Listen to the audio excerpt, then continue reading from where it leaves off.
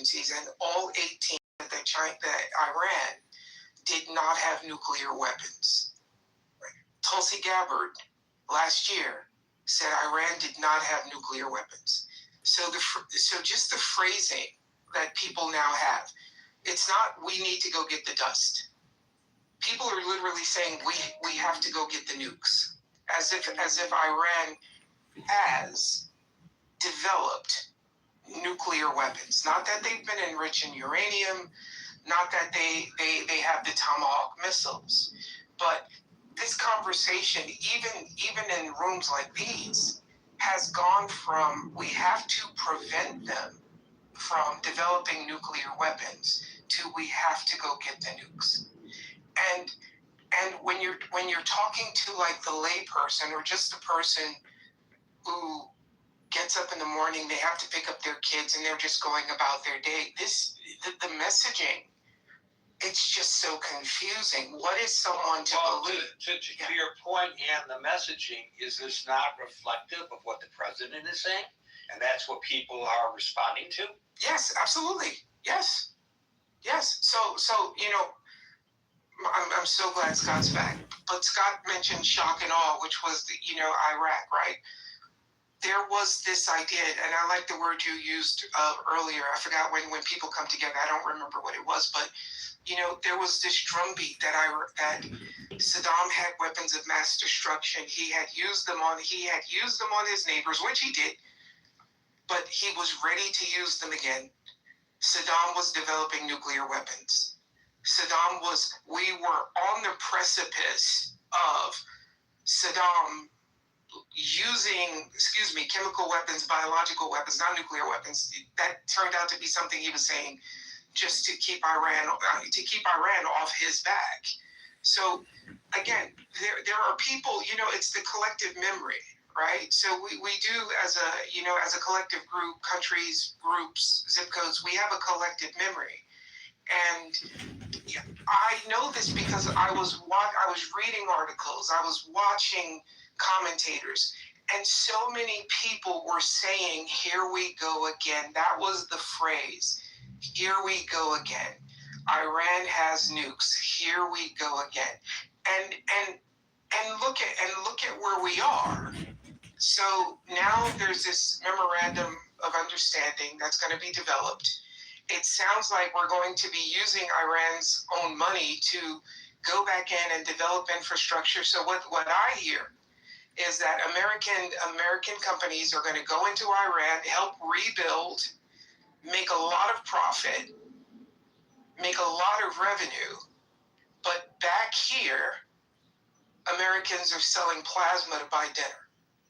And ultimately, you hear that the tipping point is not whether this is my opinion. I think I should, a lot of people share this. The tipping point is not whether or not we got close to by yourself.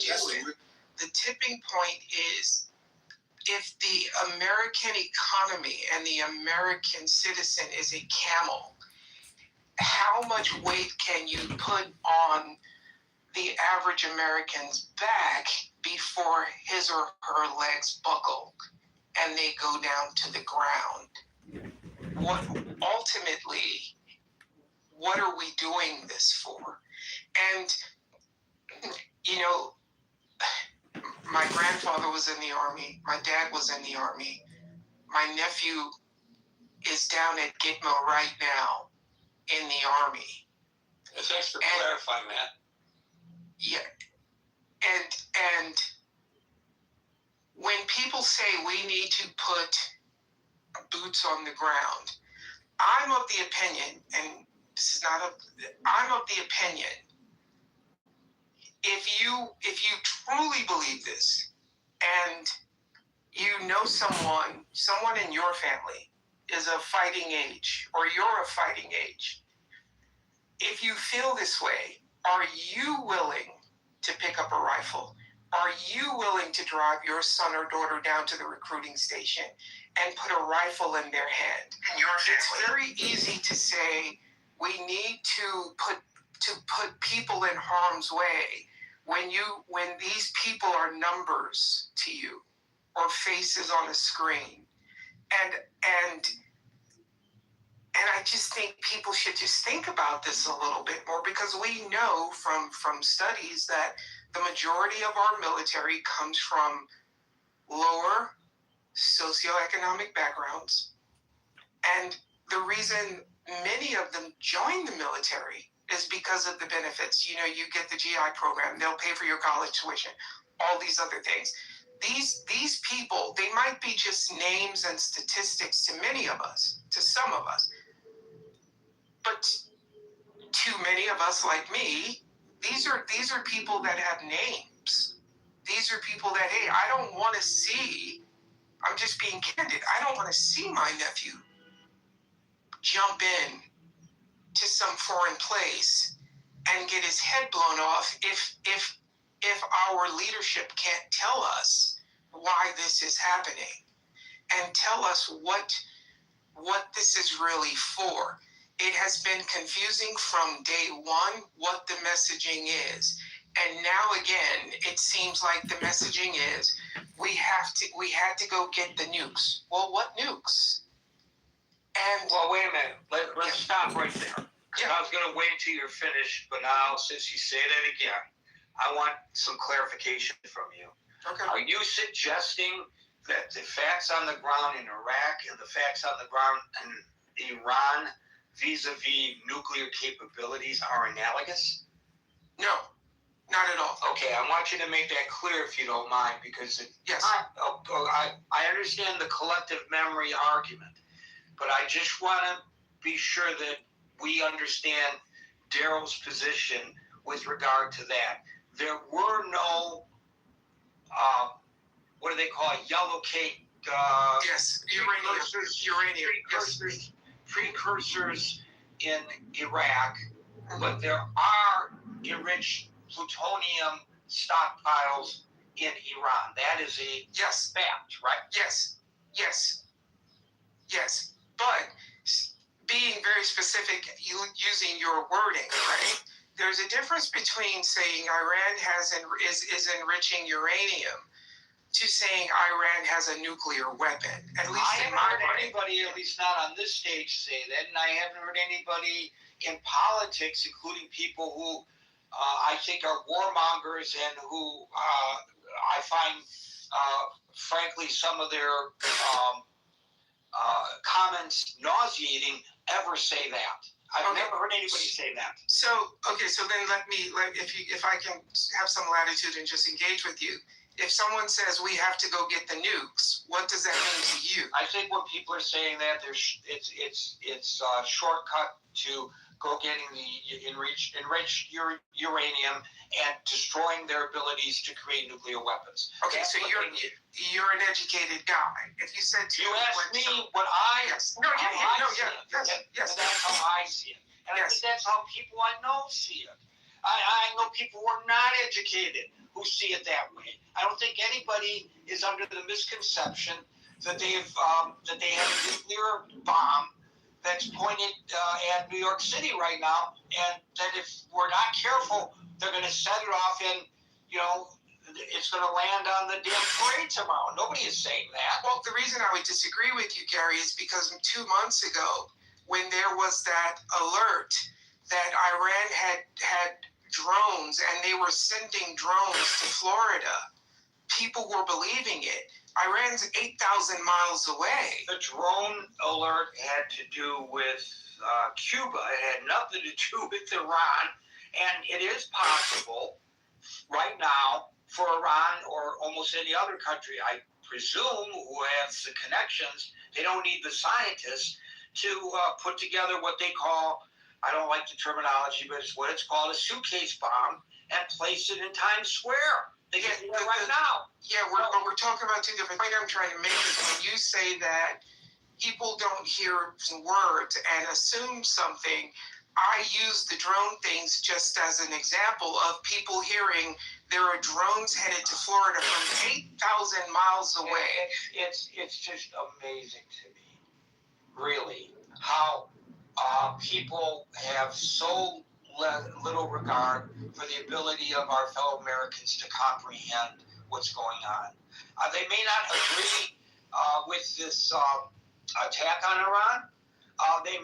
By the way, I think I think the body politic a year ago, almost now, after that tremendous attack on 3 nuclear facilities was, hooray, rah, rah. Yes. I didn't hear anybody say, why did we send them there to do that?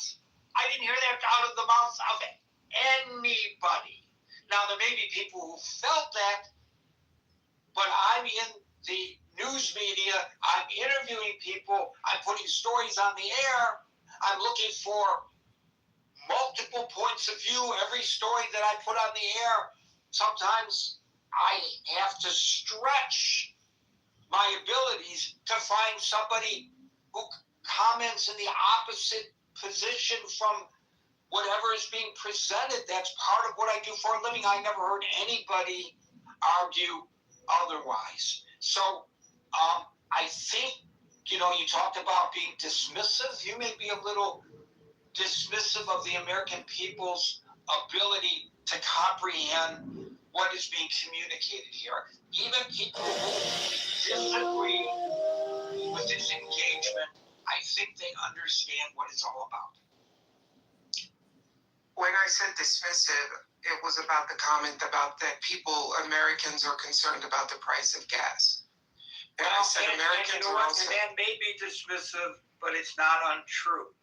It is true that they're concerned about things other than just the price of gas. But we are a headline society. Ever since Twitter came out with their original 90-character blogs, when even people who watch cable television, most of them, they have the sound down. They're looking at what we call in the business the lower thirds.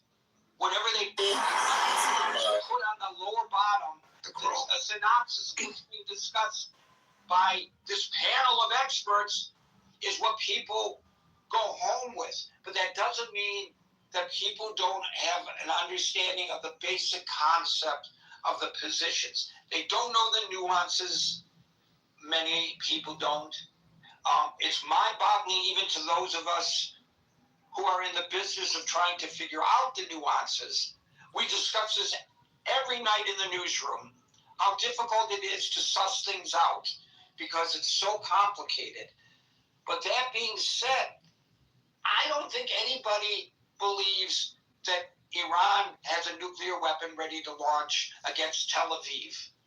I think the people believe, whether they're in favor of it or against it, that part of this mission was to eliminate their possibility of getting nuclear weapons.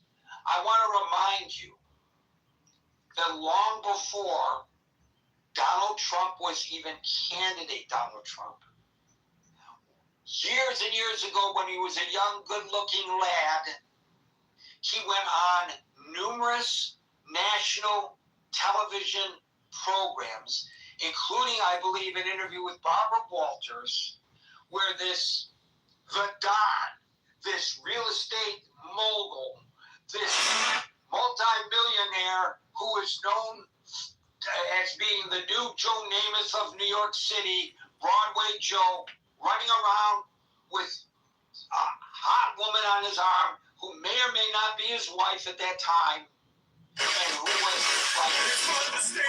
kind of like this interesting media celebrity who nobody took seriously when it came to politics, was going on national television saying, if I was president, I would make sure that Iran not obtain nuclear weapons.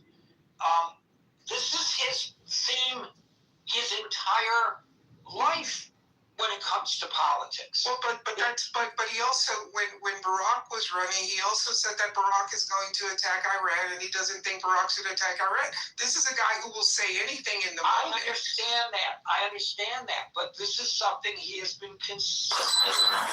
We know that he's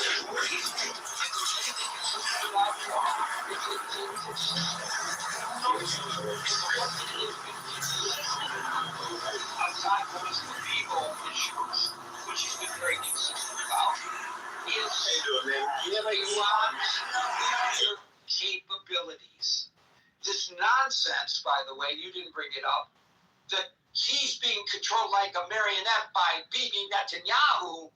This is something that he was saying long before he ever had any discussions with Bibi Netanyahu. He's been absolutely opposed, rightly or wrongly, and I think in this case rightly, to Iran getting nuclear weapons. There's nothing new about that.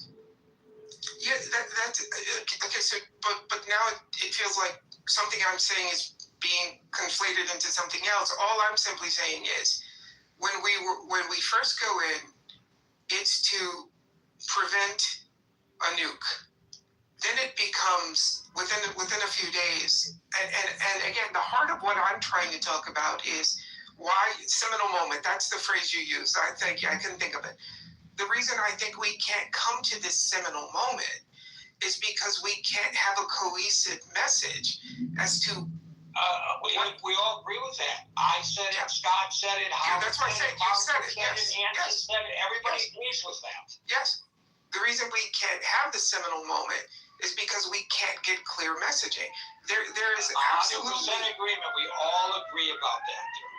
There's absolutely this theory out here that the only way to get what we wanted to get was to literally just collapse the country, to have a country that now looks like Libya, or a country that kind of looks like Syria. But now it's okay, we can't have any of all of these things, so let's just bring in big business. Let's just spend some money and we'll get it all fixed. Body cam video and other materials from the fatal shooting of Chicago police officer my Ella background. Froch. Shooting happened in August 2020. I'm a private equity guy. I'm all for this, but I'm saying, as a society, it's not sustainable. Right. So let me codify your position and tell me if I got it right. Your position is this: that the real reason we went in there is to create business opportunities for Trump and or his cronies, and not really for the purposes stated, which kept getting changed. I'm somewhere along that path, Gary. But what I go back to, and I'll end it with here. We have to figure out a way to balance this out, because I'm going back. I'm just going to say again, Americans are selling blood to buy dinner. Right. And this is not Americans sustainable. have always sold blood to buy dinner, but you're right. The economy is in terrible shape. If you're going to judge by Wall Street, you have to also take a look at Main Street. We all know, those of us who don't have one penny other than maybe our 401s, but we don't have a penny that we are managing ourselves, that we are sitting there saying, buy, sell, buy, sell. Those of us who don't have a penny in the stock market in that regard are aware of what we pay at the pump, are aware of what we pay at the grocery store, are aware of a decision that, maybe I'll do a staycation, are aware of a decision that maybe I'll drive and not fly, maybe I'll camp and not go to a hotel, etc., etc., etc. Maybe I won't go to the restaurant. I know restaurant owners who are really hurting. Not all of them, but it's a very, very competitive field now in general. And by the way, the fast food companies are doing very well. Thank you very much. And the reason is, people would rather be unhealthy for $1 than be healthy for $20.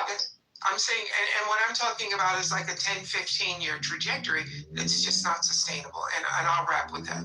But remember, the people who are interested in making money, the big time, to quote Mr. Sanders, Senator Sanders, the oligarchs, they don't care about that. I know. They don't care about that. Thank you, Daryl. Les, I'll get to you in a second. Alan is now with us. Alan, followed by Len. Good afternoon, guys. Apologize, I got to start doing some paperwork. Hey, if you're doing business, I'm all for it. The little business guy, I'm for it. I don't want people to be making money off of my sweat but you are making money off of your Yeah, sweat, well, and we're all for that. We're all with you, Alan. You We're all want me? with you. You want me to make you happy?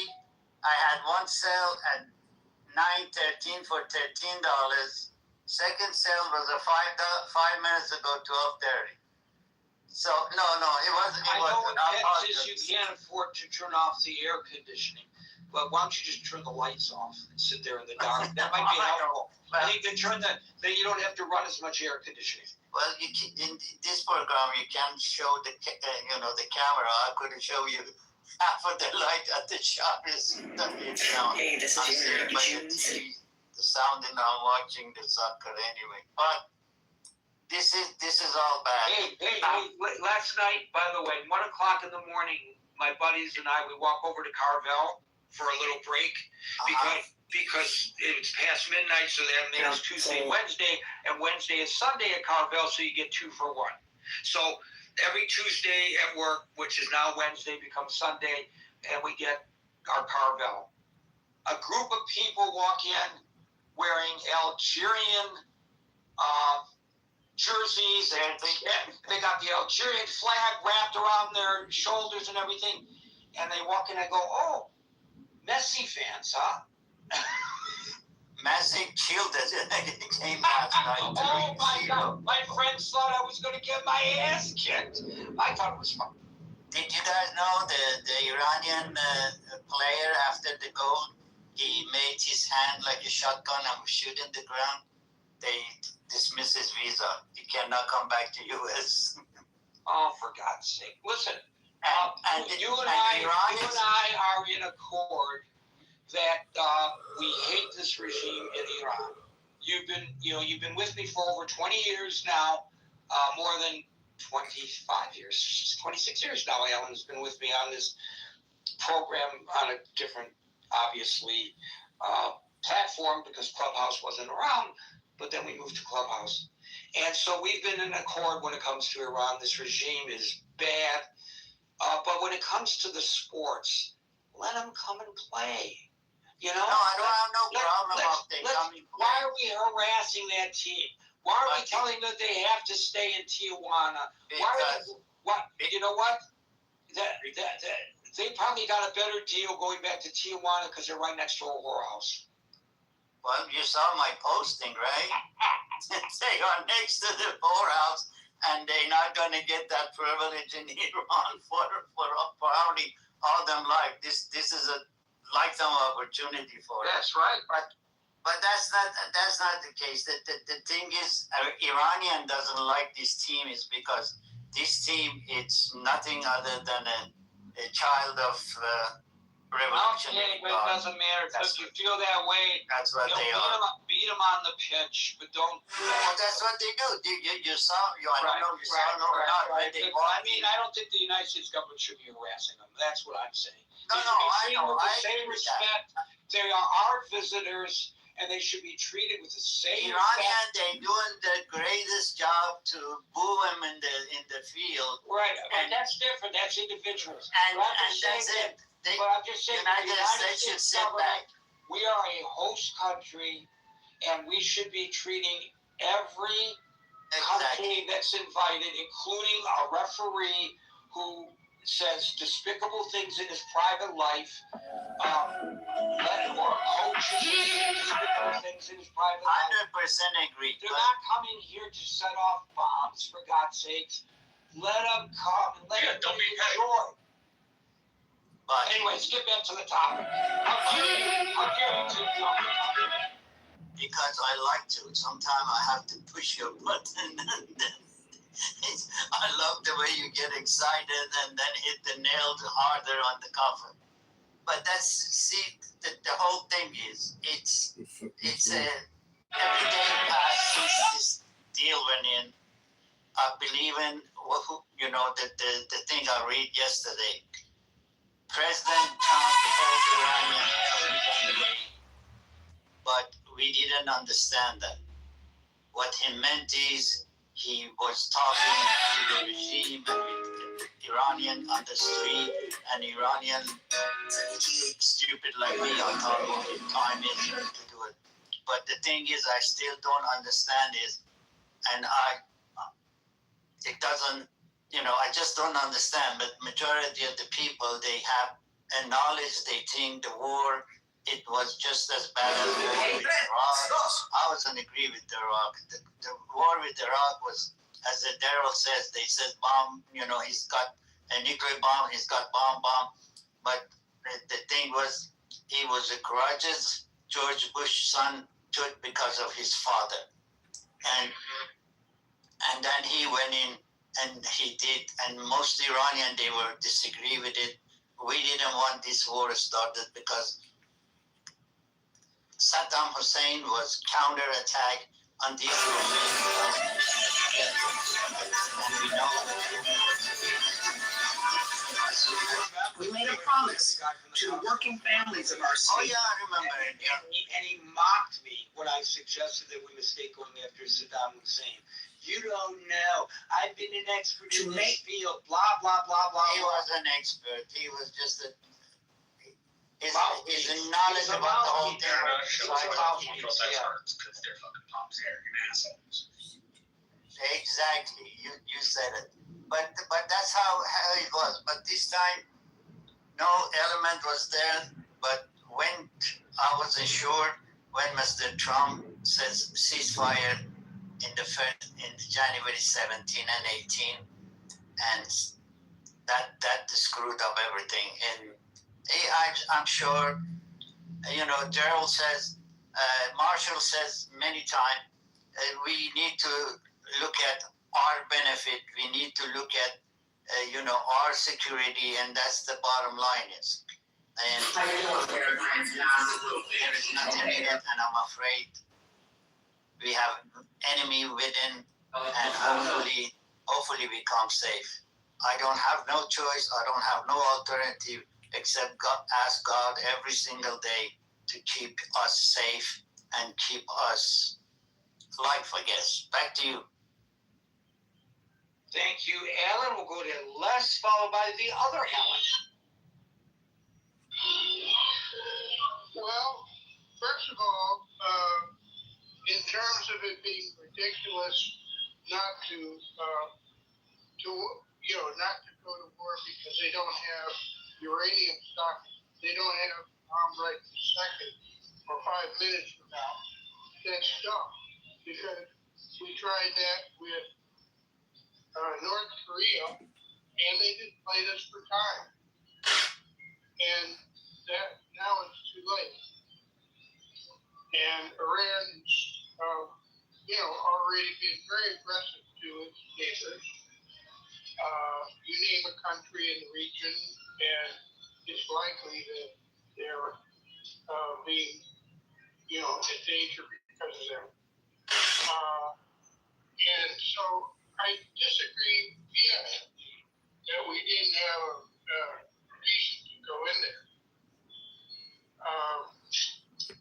The power of atomic weapons and its power to kind of blackmail people is just horrific. You basically got the power of the sun at your disposal. So that's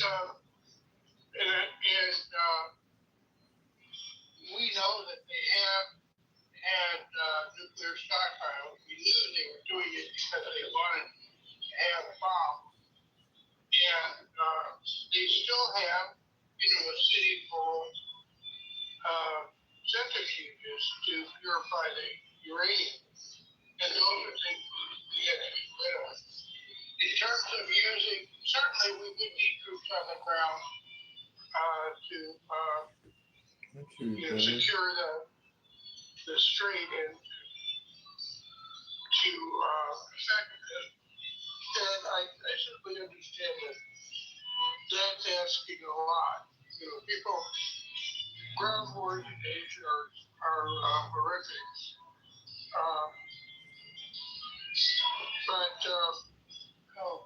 One more thing I was thinking about, darn it. Let me think for a second.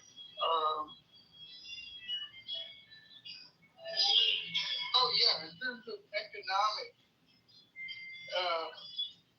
basically starving it to death, that worked for in World War One. That's what we did to Germany, and they folded. And then you can't just say you can say that the top people are they're going to hang on to the last moment, but to keep society a nasty society like that going, as the government, you need to have collaborators. You need to have soldiers and people that keep the other people under control. And that takes money. And if they are starving, and they know there's an alternative, sanctions are starvation, etc., is a way of getting people to fold. When I say starvation, I don't think we should be, trying to hurt civilians. I think we should be trying to keep them from basically paying their collaborators. Thank you. Thank you, Les. I have breaking news, and I don't know exactly what this means beyond what I'm going to tell you. Breaking news, Trump officially signs the Iran agreement. I don't know where he was when he signed it. Was he in France before he got onto Air Force One? It was digital, Gary.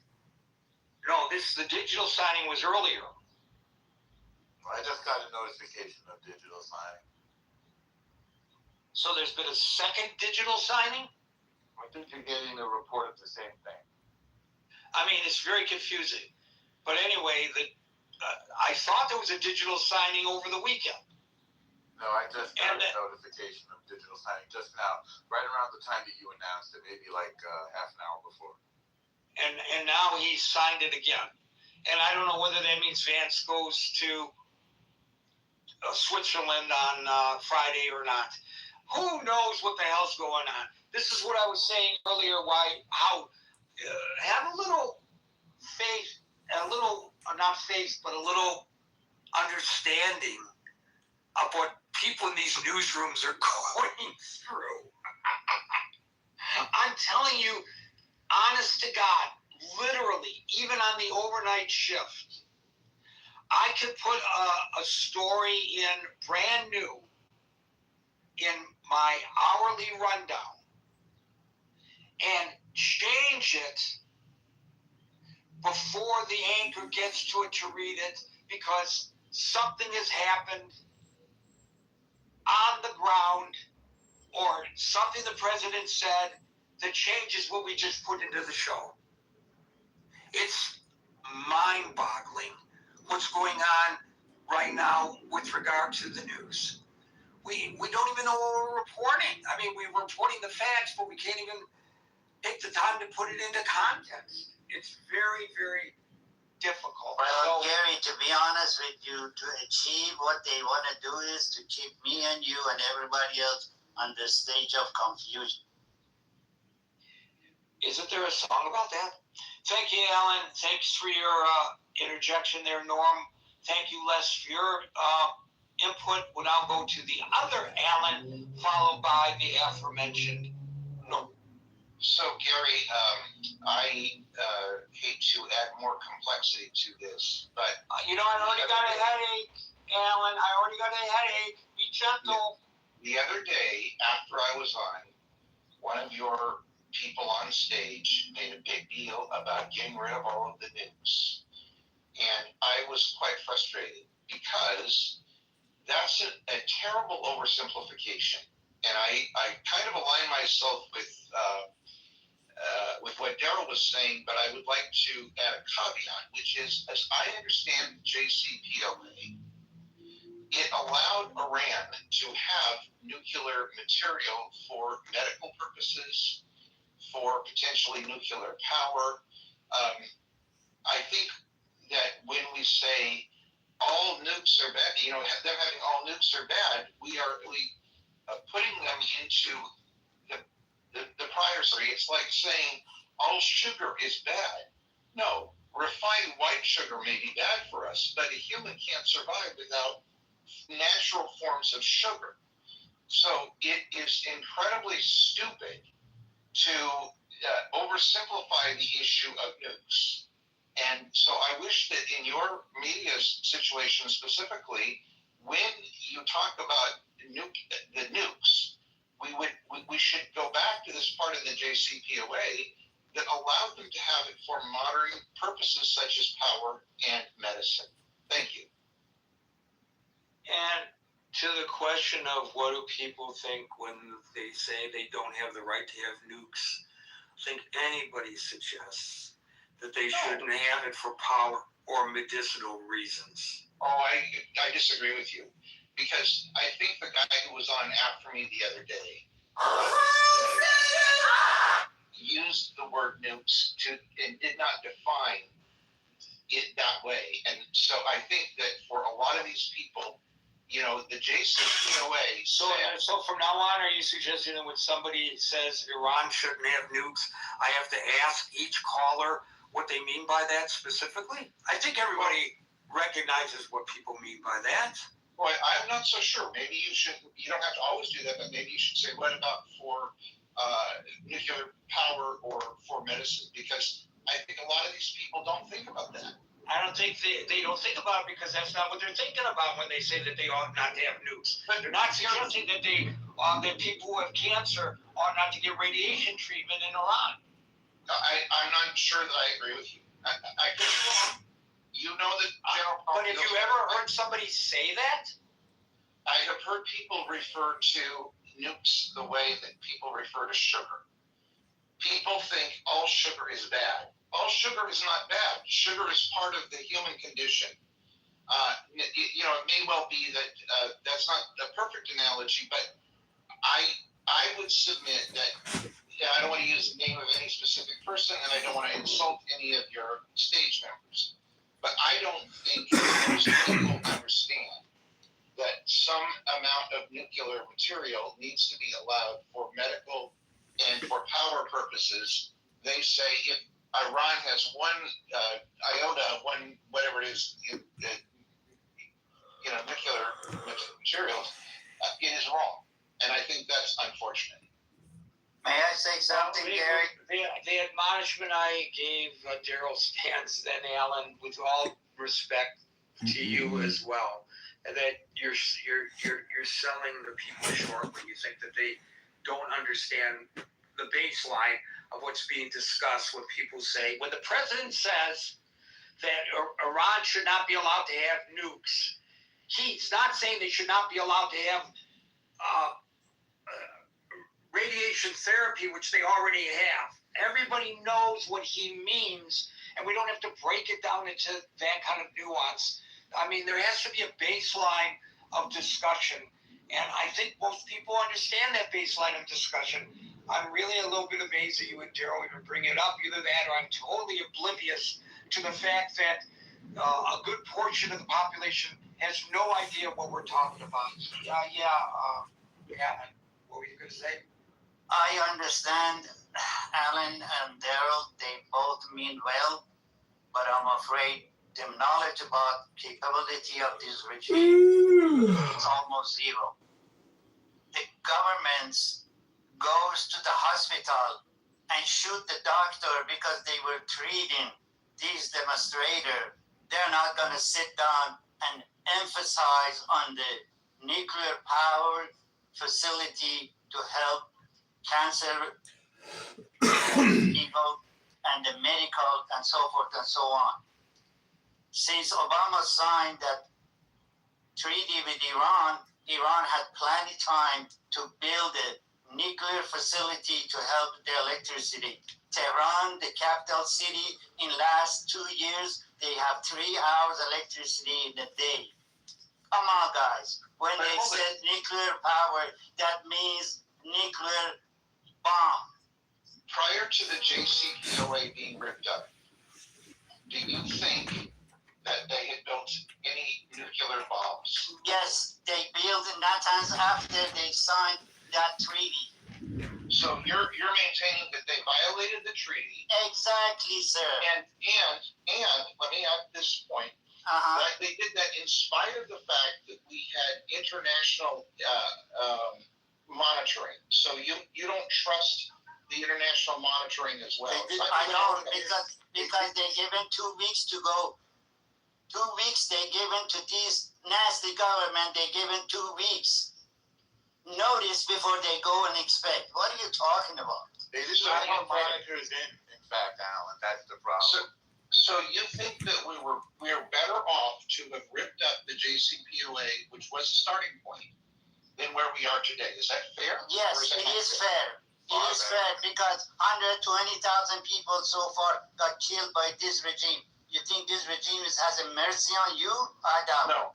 No, I don't think that the regime has mercy on me.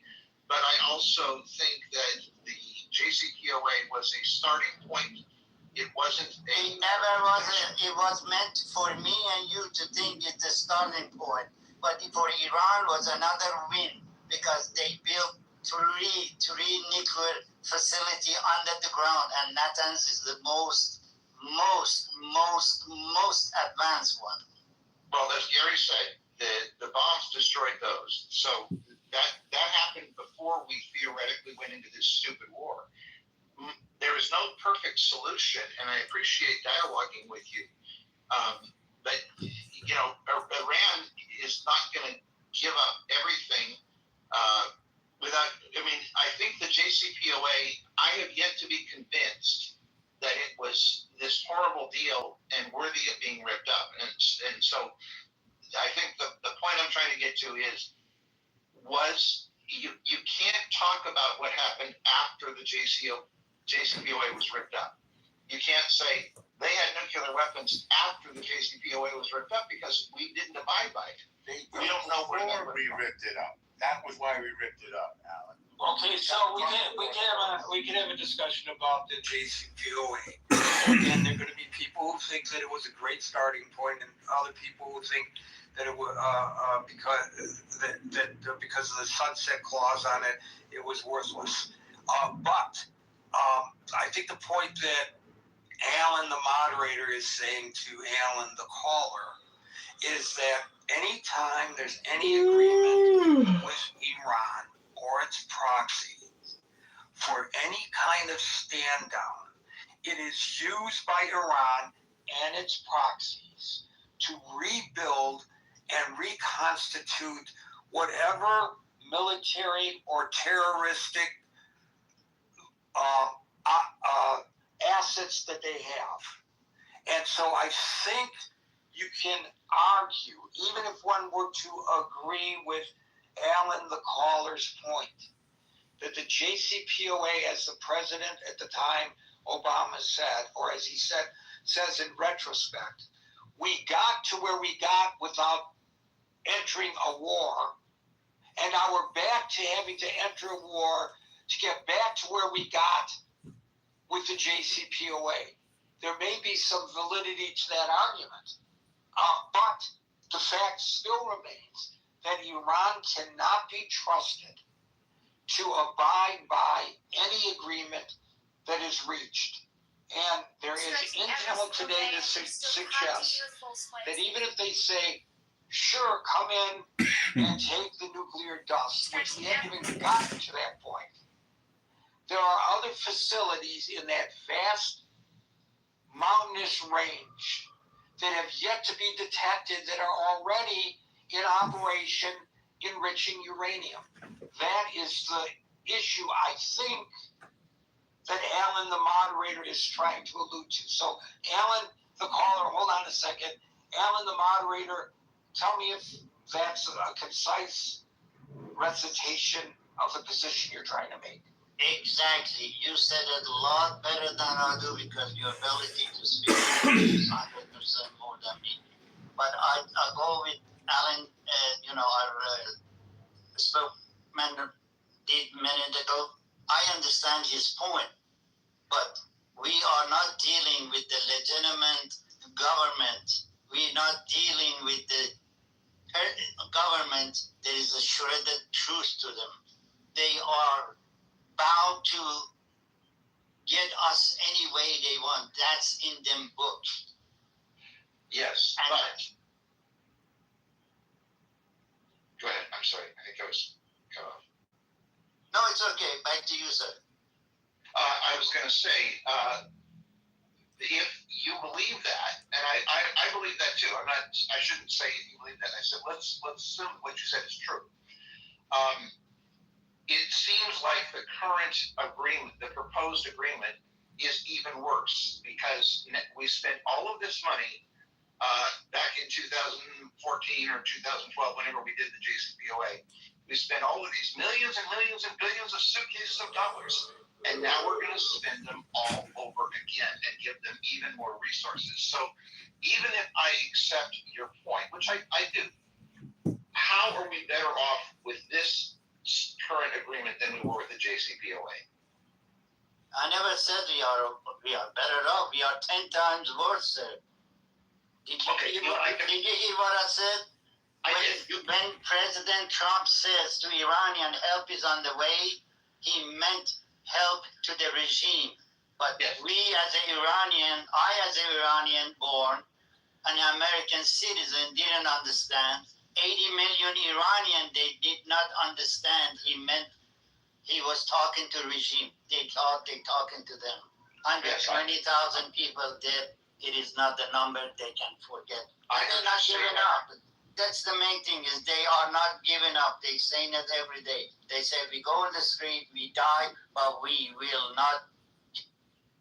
I heard you say that, but I'd still maintain that if the JCPOA was not perfect, nobody is arguing that. But there is a tendency for people who are Trump lovers to draw in very straight black and white lines, and unfortunately this is a complex situation, and I appreciate you acknowledging that we're worse off with the agreement now than we were before the JCPOA, so thank you. Thank you both, and to Alan, the moderator, if you think my English is good, wait till you hear my Farsi. Just kidding. El Normal, followed by Brian.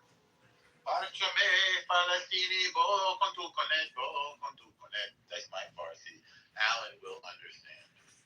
So, right, Alan, the moderator? Yes, sir. Yes, sir. There we go. All right. Boom. You know how much I admire you. I don't need to tell. Well, it's mutual. It's mutual and more so. And thank you. So, it's just puzzling to me that people will not read and they won't listen to Iranians. Somehow they think they know better. With their superficial Twitter-size take on a situation like this, geopolitical situation. The problem with the JCPOA is that the restrictions are phased out and therefore was regarded by the Islamic Revolutionary Genocide Corps as a path to nuclear weapons. A path to nuclear weapons. It would have sunset by now, of course, last October, I believe, 2025. And so we would have been in infinitely worse situation had we not torn it up in 2018 after we discovered the secret nuclear weapons program of Iran.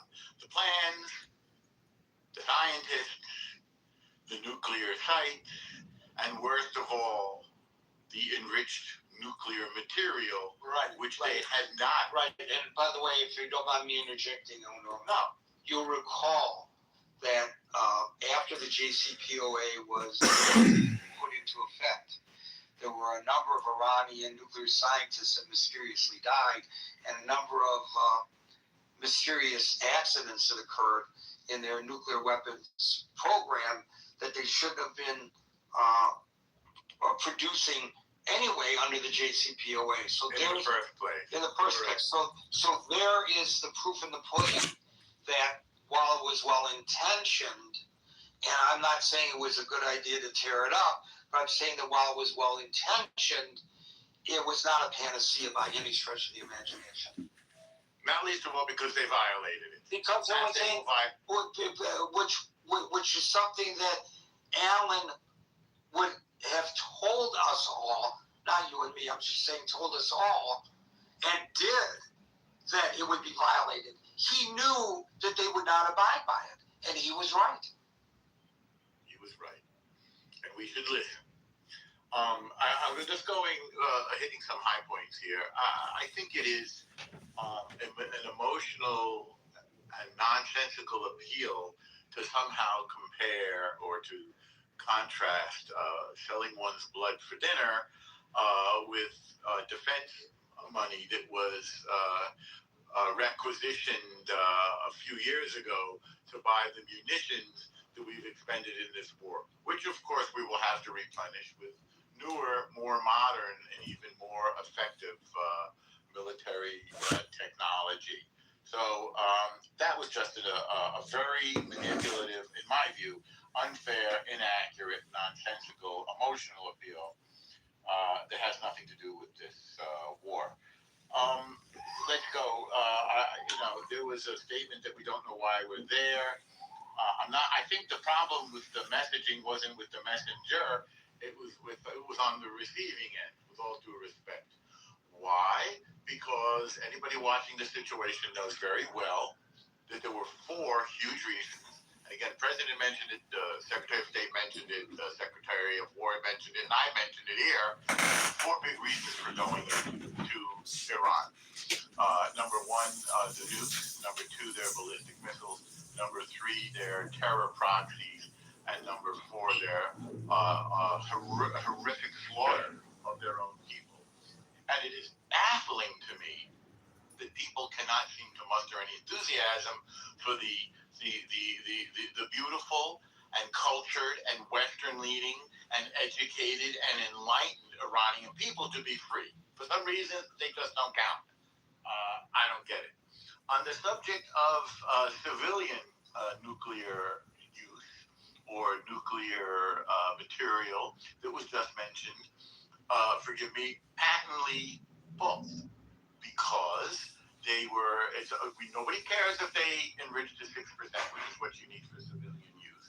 The problem is when they enrich to 60%, which keeps them, which has no civilian use and puts them within arm's reach of a nuclear weapon, which they were continuing to develop, and which they could put on a ballistic missile and deliver to Europe for now, and soon enough to the United States, certainly and everything in between, by the way, making them into a little North Korea. And many of us will remember when our President Barack Obama left office, he said the number 1 problem was North Korea. And the reason why is because of its nuclear ability. Well, this country, we've compared them to Nazis, the Islamic Revolutionary Genocide Corps, not the good people of the country. They're even worse in some ways than North Korea, certainly, because they are expansionist and imperialist, and they want to kill everybody that doesn't worship like that. I don't think the North Koreans want to kill people that don't worship Kim Jong-il.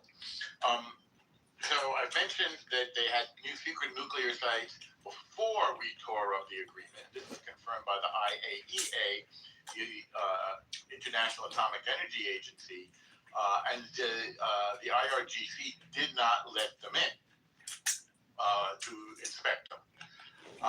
There was a mention that people don't want their good family to go into war. I understand that.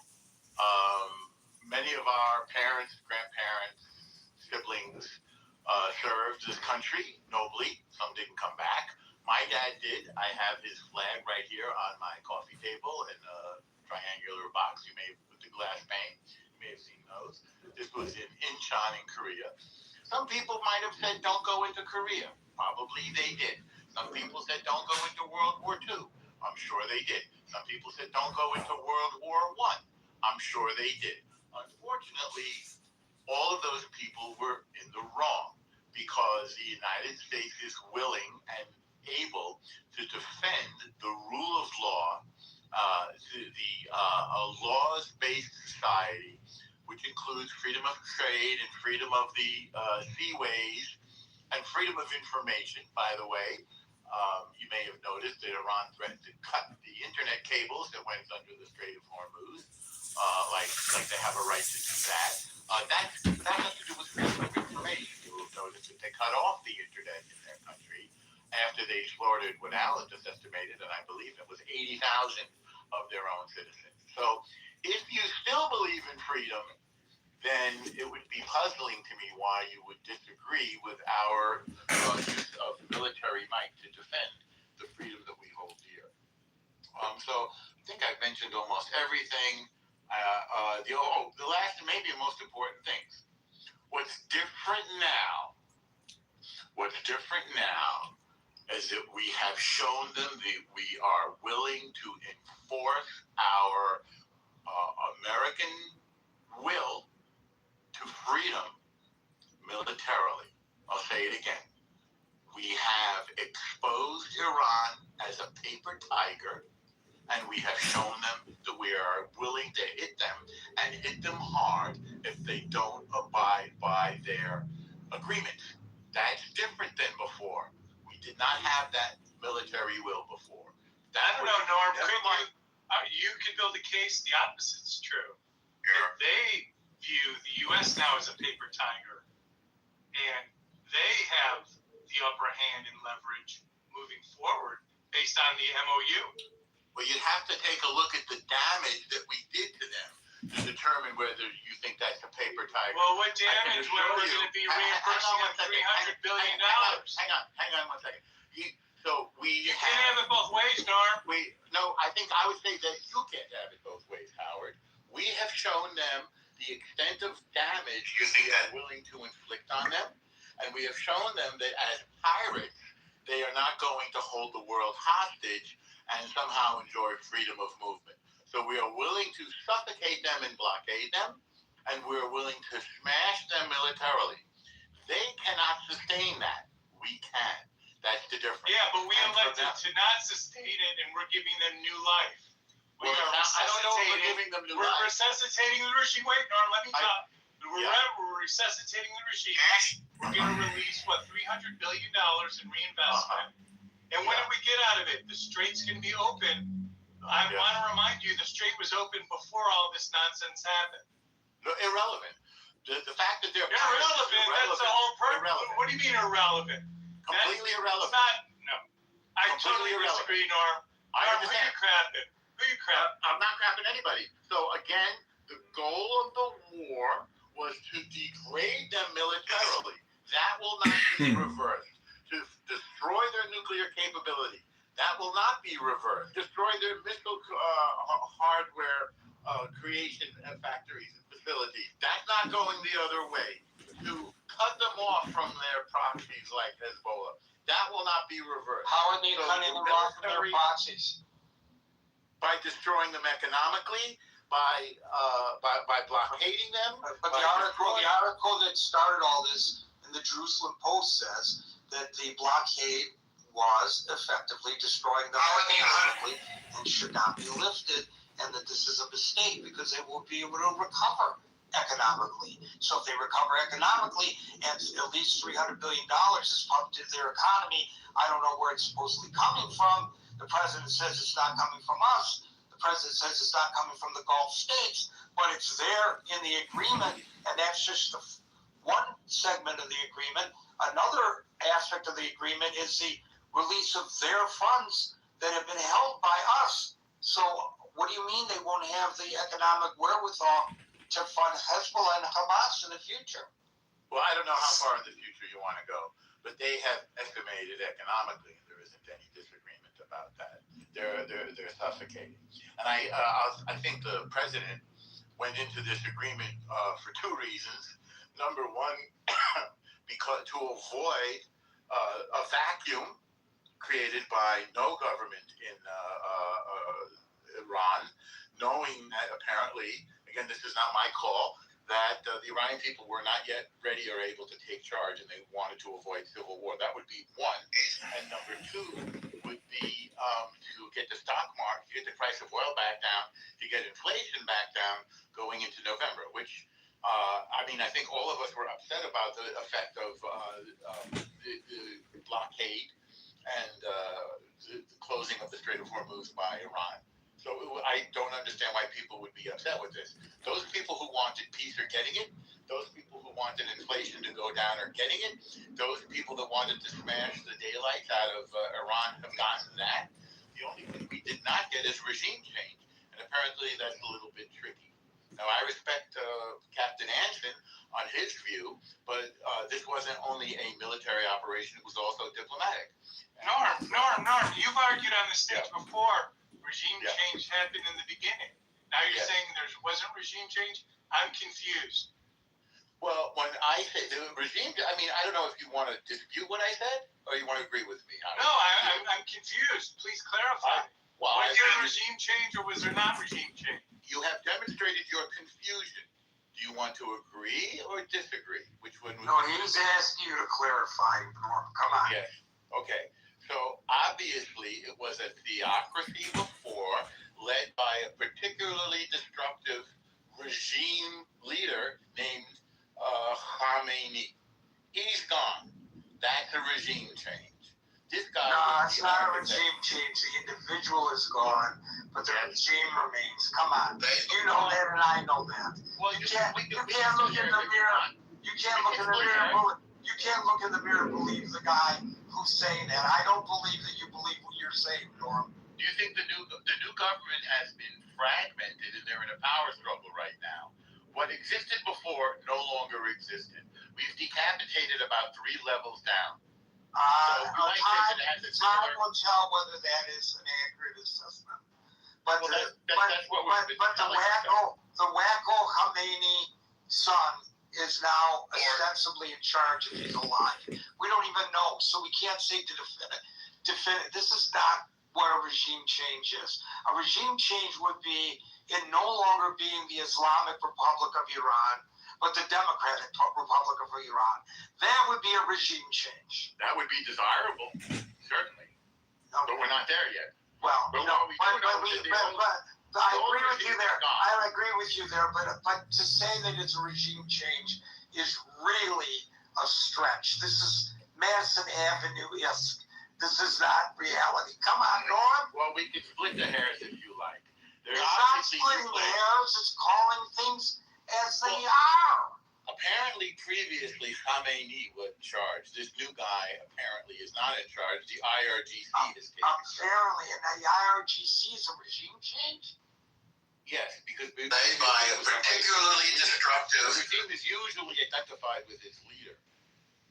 I'd like for you to find any experts on what's going on in Iran and send me their thoughts that there's actually been a regime change. I'm sorry, but I'm sorry, but I know you well enough to know that you're just blah blah blah here, and you don't even believe what you're saying. Well, no, you don't get to speak for me in terms of what I believe. What I will say is that it's a semantic matter, and you can have it either way. It's not a semantic matter. It's a question of what's going on the ground. I thought it's No, come on. Don't make this an issue of Webster versus the Encyclopedia Britannica. This is a reality. There is no regime change. Okay. There's been no substantive change. Alan, has there been any substantive change in the regime? Alan's busy with a customer. God bless him. Moving on to Brian. Thank you, Norm. Brian, that was very interesting. Yeah, Brian, hey, Gary, one thing I will quickly agree with Norm, as he said in the beginning, people don't read the details, period. And I'll leave it there. You're right. Brian, followed by Dave.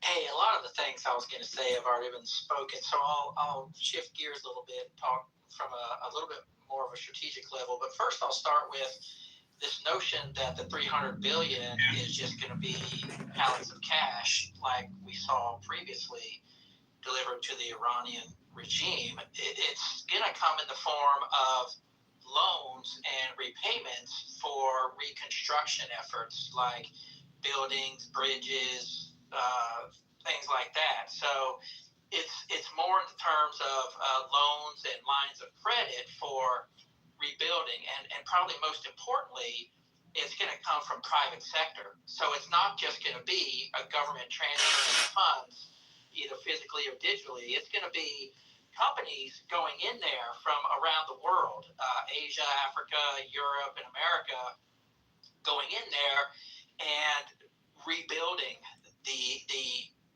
damage that was done. And then, it's all coming from private sources, not coming from U.S. taxpayers. So I think that's an important point to make, because one, that greatly increases the likelihood that the money goes towards its intended target, as in rebuilding, those pieces of infrastructure.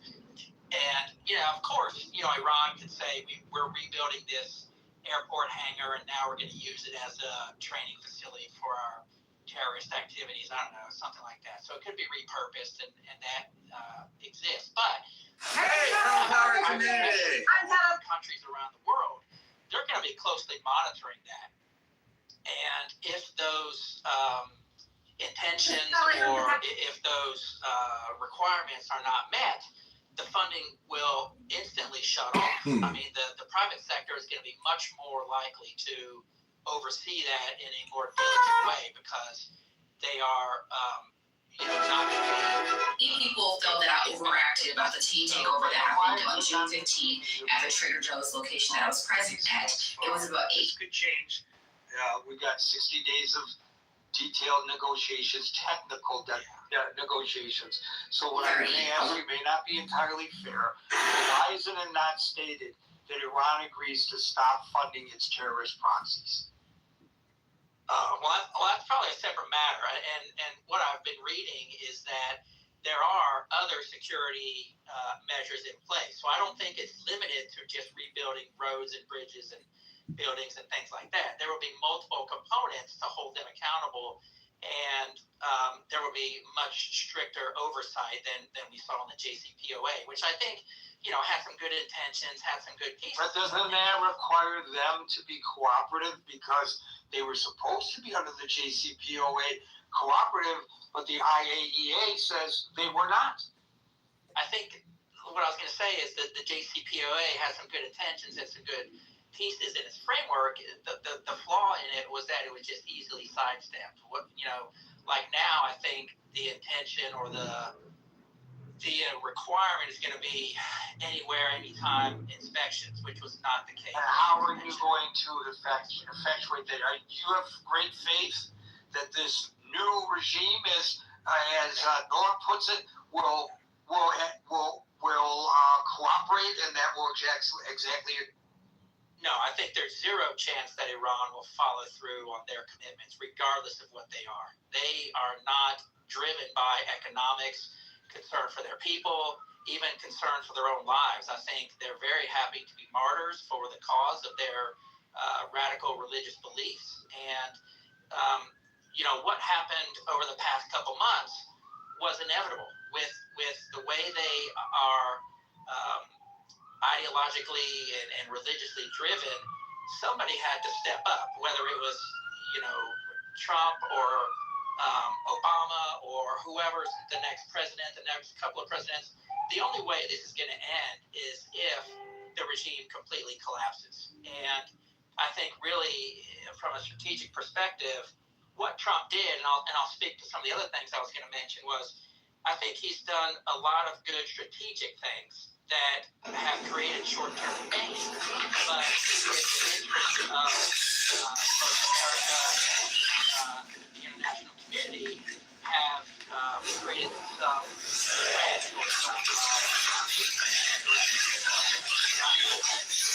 no longer an adversary as they were previously under Chavez and Maduro. He's severely restricted Cuba. He's kind of accelerated their demise. He's isolated Iran from China. China came out and basically chose the U.S. over Iran. They chose not to get involved. Yeah, they might have been selling some arms and some other supplies behind the scenes, but I think for the most part, China and Xi Jinping values the long-term strategic relationship and trade deals with the the United States more than they value Iran, even though the oil that was provided to China by Iran, was substantial. I think like 10 to 12, 14%, something like that. So Trump has chosen to take short-term pain, doing what had to be done with these countries that were adversarial and pains in our asses in the international community for decades, and positioned us to benefit. We are the beneficiaries in terms of what we are producing as far as oil, natural gas. I mean, Europe now sees what Trump predicted with Russia invading Ukraine, with what's happening in the Middle East. Trump predicted all of this, over the years, and especially in his first term. So, I think they're more likely to come around as Trump continues to continues in this direction. So, his goal was to fundamentally change things in the United States government. And even though Doge didn't accomplish all the things it set out to do, I think at worst, it highlighted the massive amounts of spending that were going out to these bullshit causes. At worst, it allowed the United States to present information without the executive's ability to classify it, because Doge got rid of Adobe Professional. They cost more than they made. Their entire point was to save money, and they literally, as a department, cost more money to fund by the federal government than they did less. They didn't do their job. I don't understand why Republicans cite that. It is a failure on our part. We put a 19-year-old in charge of Social Security, and then it had a breach, right? Really, really bad ideas. Marshall, I don't mean to go off topic, but to support that example, what's happening with the screw worm down in Texas is another example. We cut $15 million, and it's going to cost us way more now to fix it. Absolutely. And you can track the cutting back to Doge. And the problem with Doge in the first place was these people didn't have any context for who they were firing and what they were getting rid of. Not to mention the fact that they fired thousands of people that then had to be rehired, given back pay, and some sort of legal compensation because the federal government wrongly let them go. Right? They were not worth it. And I don't, I'm a Republican, but I don't understand the praising of Doge in any way, shape, or form. They were worthless. They were beyond worthless. Well, I think the counter argument to that is that Trump is shifting the center of gravity away from the government. He's pushing more of the economy into the private sector and taking it out of the hands of the public sector. It's messy, and there are Republicans and Democrats who are fighting them because of the nature of political. Right, it's not just messy; it's utterly unprofessional. The way this was done by them is not a show of professionalism. I wouldn't hire these people in private life to do my. I wouldn't hire these people in private life to do my taxes. Okay. They acted like they knew what they were doing. They cut thousands of people using this rip and tear model, which they then had to rehire. That's not doing a good professional job. That's doing a lazy job and calling it good. No, I disagree. I think if your job is to cut money from the federal government, you don't then, number one, cost the federal government more than it costs to fund you. Number two, you don't end up costing the federal government more by firing people you then have to rehire because you didn't do it the right way to begin with. If it were professional, if it were in line, they would have done the professional thing, gone through the research, fired the people they could hire so they didn't have to go to lawsuits with these people privately and then have the federal government pay them out. That's not professional, and you can't argue that it is. That's not accurate. So I think it's absolutely accurate. They fired a bunch of people. The reason you're incorrect hold on. They fired a bunch of people. They fired a bunch of people they had to rehire. I understand. I heard you the third time. Well, tell me it's not true, because I can look. If you want the source form, I'll pull them up for you. They fired a bunch of people that should have fired. I'm going to give you the counter argument, Marshall. The counter argument is that you don't have time, and you don't have the time to go through the bureaucratic red tape to go in there with a scalpel. What you do is you go in there with a I'm going to take political shit, and I'm going to waste the taxpayers' money, and I'm not going to bother. Hold on, and I'm not going to bother to do it right in the first. budget, Hold on. and then the And I'm not going to bother to do the task right the first time. If what universe is repeating a task 3 times in any way good for the U.S. government, and then the parts that are absolutely that's necessary. not my point. My point is you don't tell me that you don't have enough time to do it right. That's wrong. You do have time to do it right. You chose not to do it right. Okay, guys, They I don't know what chose this has to do with today's topic. I agree with Marshall. I'm trying to close the loops here. What I'm saying is Trump is working at a strategic level that a lot of people just don't understand clearly, because It's not a misunderstanding. They were put in charge to save money. You don't save money by costing more money than you should. I got that, Marshall, and you're right. So we have another one who believes that the American public doesn't understand what we actually see in front of us, and we thank him for explaining it to us. I cut it off because it's 6:55. We only have 5 minutes left, and we have 1, 2, 3, 4 people in queue. Dave, and maybe followed by David and the others. Dave. This topic we must look from top down, not go for the final detail at a very low level, because that doesn't change the world. The whole idea is today's topic is very critical. It's not just domestic, it's about global, right? That's why we talk about, and unfortunately we went down to a little detail, but anyway, we go back to the global part. So what have Trump achieved since the beginning of the war, right? So when Trump started this war, a lot of European leaders were very unhappy they were not involved. But after recent G7 meeting now, right? So this is no longer the same. That G7 and other a total of 40 nations are come together that they're going to help in either by contributing to Navy ship to clear the mine, or somehow financially contributing. So this is a united front. This is no longer U.S. Israel. This is a united 40 nation after the G7.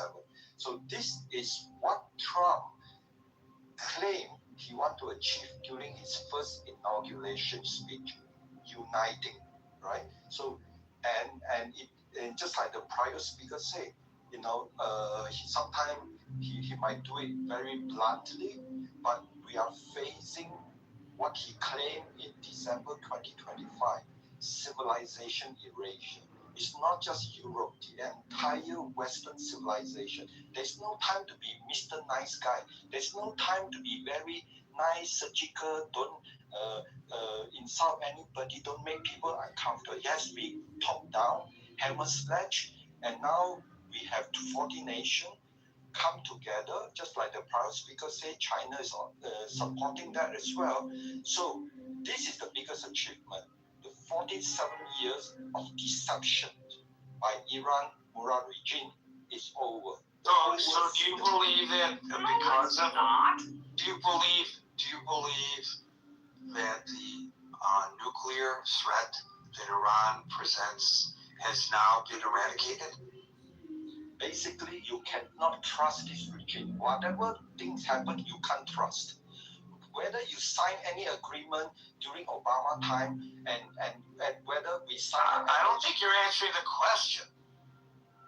We got a couple minutes left. I'm just asking you a simple question. Through this memo of understanding and what it allegedly will lead to, do you believe that Iran's nuclear weapons threat to the world has been eradicated? No. Okay. Now, wait. Second question. Do you believe that Iran's exportation of terrorism has been eradicated? Not yet. No. Do you believe that the threat to the populace of Iran, because we were just told it was a regime change, has been eradicated, that people who are dissidents no longer have to fear being executed on the streets? Okay, so Yes or no? If you want yes, no, you are like an Islamist. You don't care about. I'm an Islamist. I'm an Islamist. I love that analogy. And Gary, can we confirm what statements has the G7 just made supporting this memo of understanding? Did they completely support the U.S.? That's news to me. I'm sorry, That's Garcia. I'm sorry, Amir, who I really wanted to hear from. Especially, I'm sorry, Andrew. Guys, come in early tomorrow, and we'll get you at the top. Please, David, Amir, and Andrew. Folks, we're here Monday through Friday at 5 o'clock New York time. So until 5 o'clock New York time tomorrow, for the next edition of the Critical Thinking Forum, everybody be safe, be well, and peace out.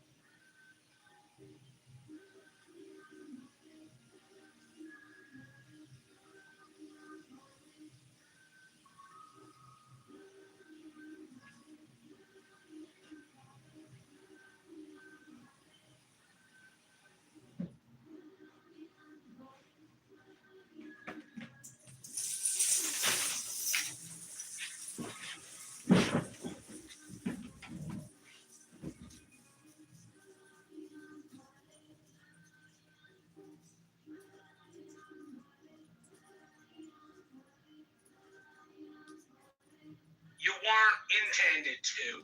If we paid attention, we'd realize power comes in numbers. And numbers only come when you put in the work to do the shit that matters in the first place. And the problem I identified with the American public not giving a fuck is not just voting, it's not just being uninformed, it's being utterly unwilling to put themselves in a place where they are responsible for the freedoms they have. They're unwilling to bear the burden of responsibility.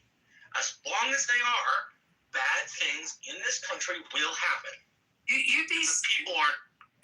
Sorry, go ahead. I was just going to say, you'd be surprised, Florida, how much individual people get quoted by legislators after they come with their issues or their reason why a law needs to be enacted or a law needs to not be on the books anymore.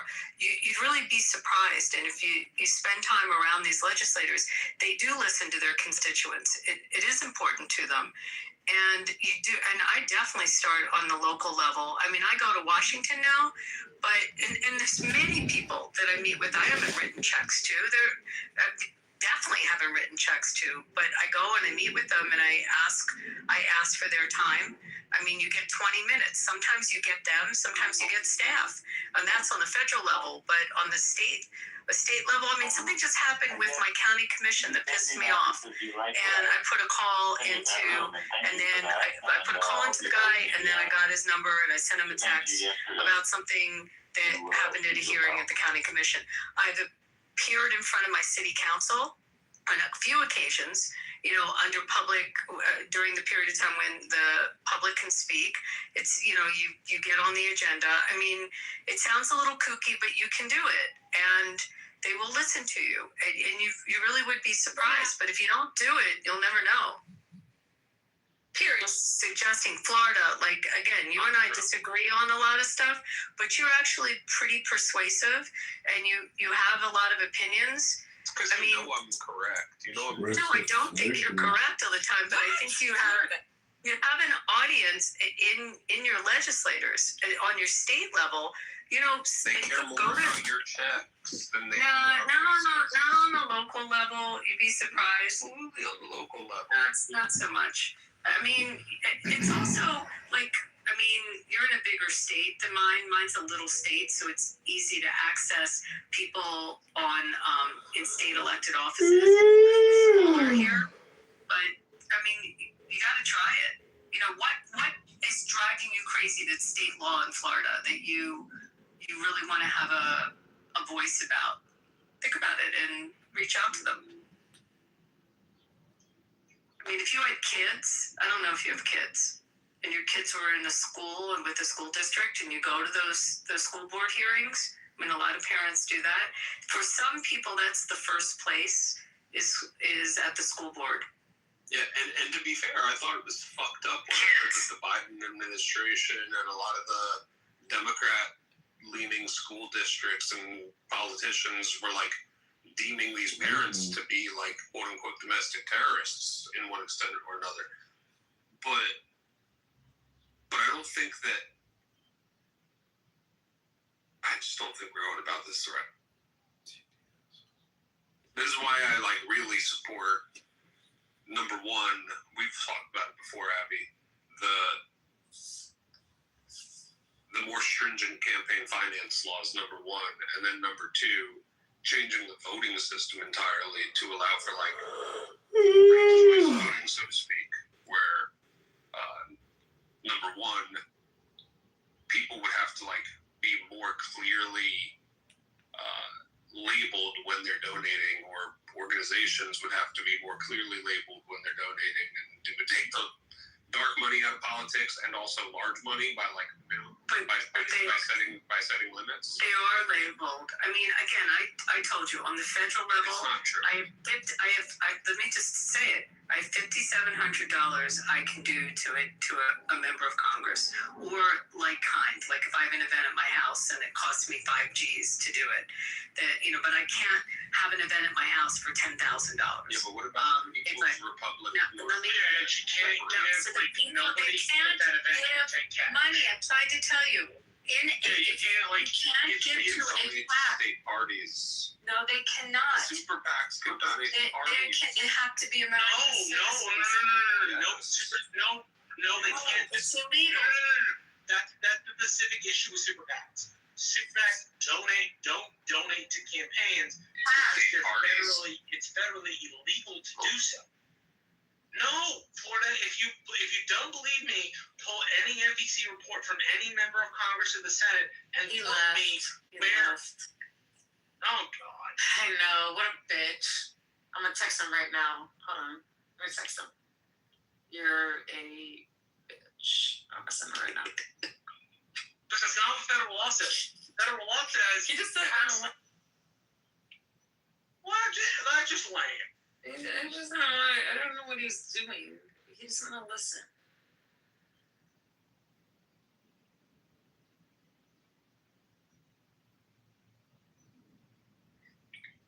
Anyways, what else is going on? I got nothing.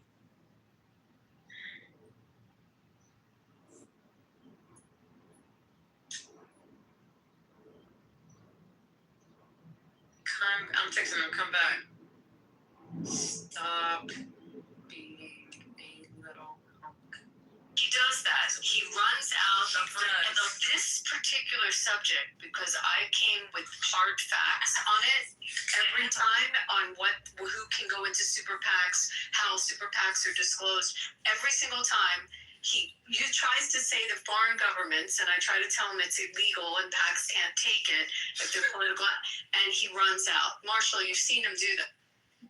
It's annoying.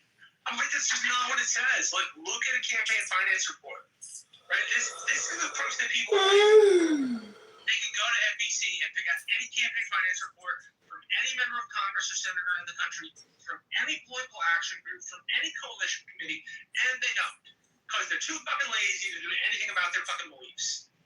It infuriates me. It's about This is him on this subject. He will go running every time.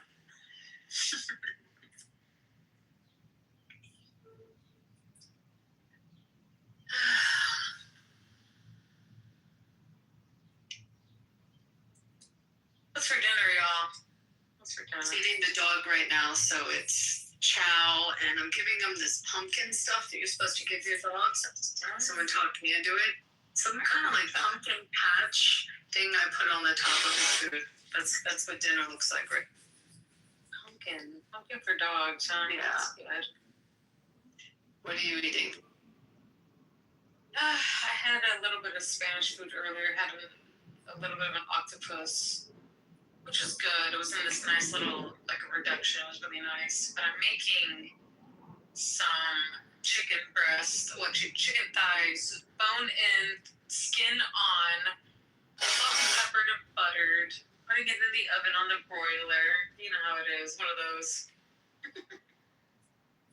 I was in a room earlier and they were talking about how to make a steak like a steakhouse. Like why my steaks at home never taste like Fleming's or a steakhouse. So they gave me all the instructions, like literally everything I have to do.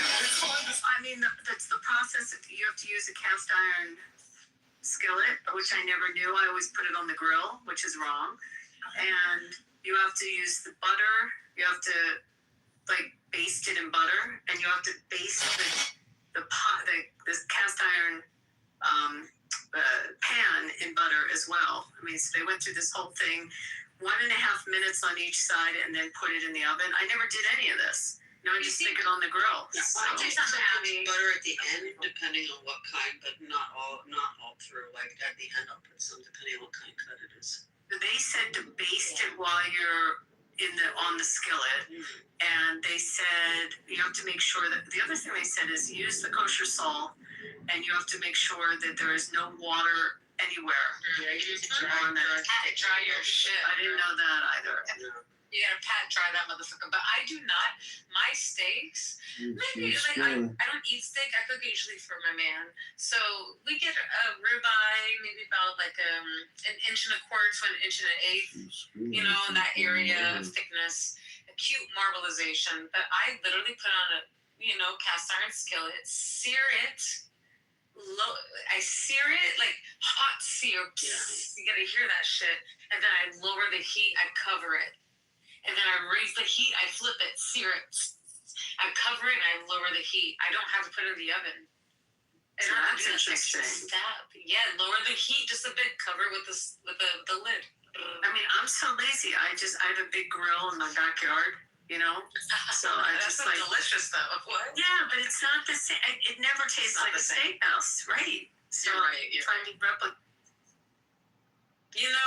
There's one video that was done by what's his name, Gordon Ramsay, that cooks a perfect steak on a grill. You should check it out. Let me find it for you. And you're not supposed to put the sauce on until after, right? Right. So no marinating. Actually, I think there's no marination. There's no marination. There's no marinating. There's no sauce. There's no nothing like that. It's just salt, pepper, butter. Apparently, you know what I'm saying? They said Seasoning I put on top of it too. you do put steak seasoning on it. Okay. She said rosemary and I forget what the other spice was, and garlic, I guess, in the butter when you're basting it. What kind of you put like stuff you buy that says steak seasoning? Yeah, it's Mrs. Dash steak seasoning. Yeah.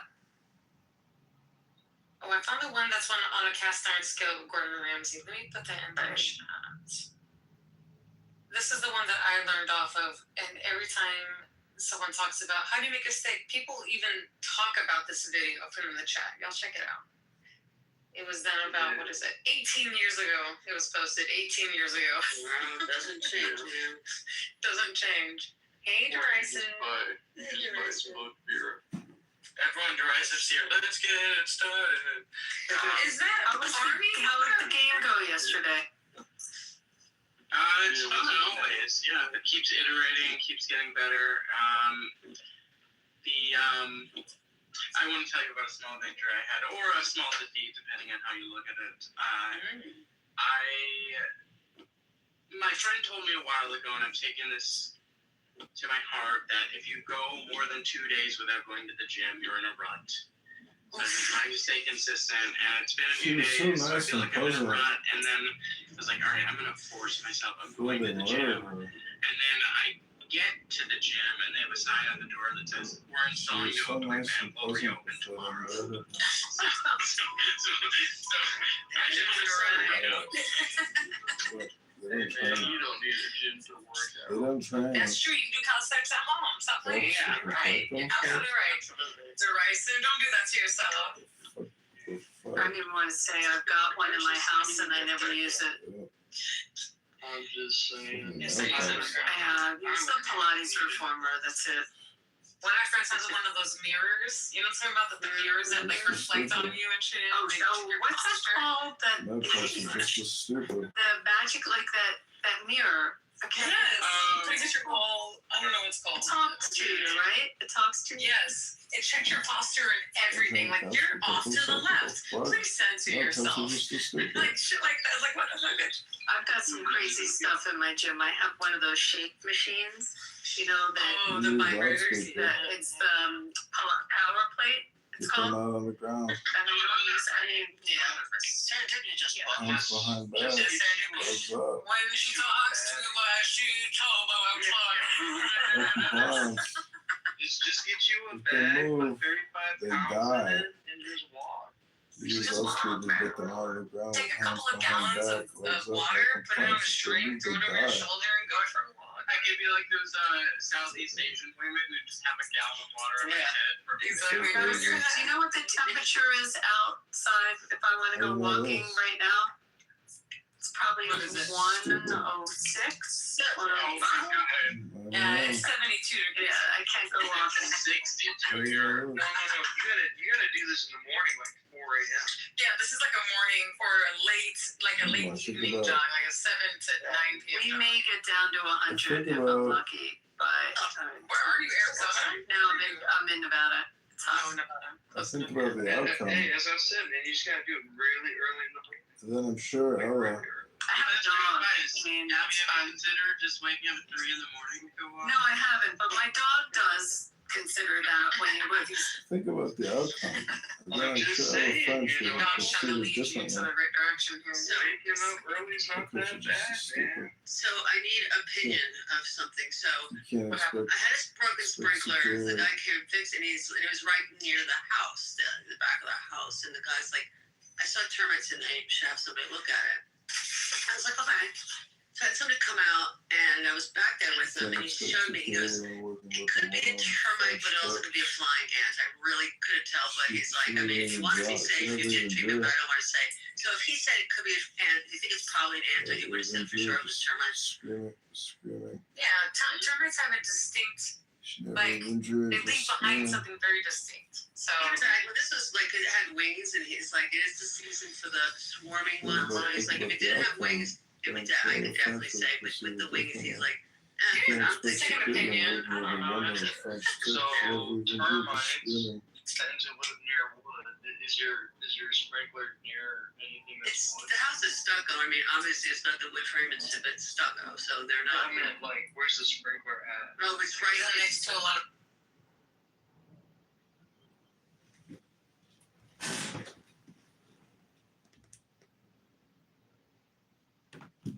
No, I can't come back with in my Anon. Here we are. Hey, I'm back, everybody. A lantern fire. Hey. Dark areas and lots of wood. Yeah, no, it was nothing like that. So I deal with ants personally. Personally. But I'm not sure. Get a second opinion, though. Yeah. What do I know? Don't take my opinion who's been bit by a shit ton of ants, you know, and been in like really interesting areas. Do you live in a termite, like an area that has termites? Because not all Yeah, check the termite. Like check the farmer's almanac. So you got termites. No, like in certain geographical areas, they're more prevalent. He's also treated subterraneanly in 2018, and the guy who sprinkled said that's supposed to last 10 years. He said more like 7 years. So I'm thinking, but yeah, if I can get somebody else to do it for you, then I'll have them come to record. She's so nice and pleasant. They have a fucking house. I just need to go back to living in it. You know what's weird? When I was doing work back east, like anytime I'd represent someone with a house purchase, like in Jersey or PA, like you always had to have termite addendums and termite, like, you know, always part of agreements, and all kinds of warranties on termite inspection. You had to have the termite inspection. You had like asbestos and termite.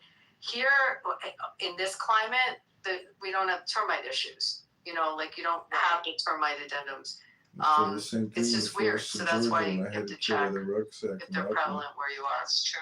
Yeah. Well, you guys don't get a whole lot of rain. You know, we go. This is why we go through the rainy season, but that's what I'm saying. It's like this is the season for it. Yeah. Check. Well, have you checked on Reddit? I hate to say this. I know it's dumb, but I've gone to Reddit for a lot of stuff and found good information. So yeah, go to Reddit and see if Florida's having a termite situation. See if there's like no bugs. And I think I'm going to take. There's an app called iNaturalist. iNaturalist, yeah. Yes. So I'm going to dig in there and try to take some same pictures and see what they say. I do that for New York City. They have a little bit, and they show you where all the beehives, the rooftop beehives are. New York beehives? Physically and mentally. Yeah, we have rooftop beehives. They make their own honey and everything. They sell it. There's such different bugs here. We have scorpions a lot. That's a big issue here. I think I heard two, but I've never seen one, but they're awful. Allegedly. But the baby ones are the bad ones. I saw a baby lizard inside the screen. The lizards are good. The lizards will eat them. I love lizards.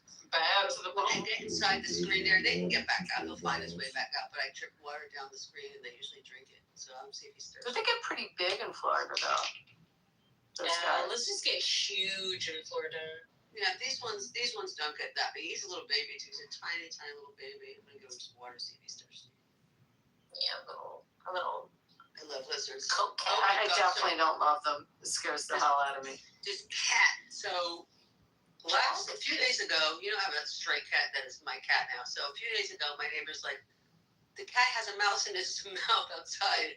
And I was like, but I didn't see the message right away. By the time I got up, I don't know where he was. So, well, today he threw up.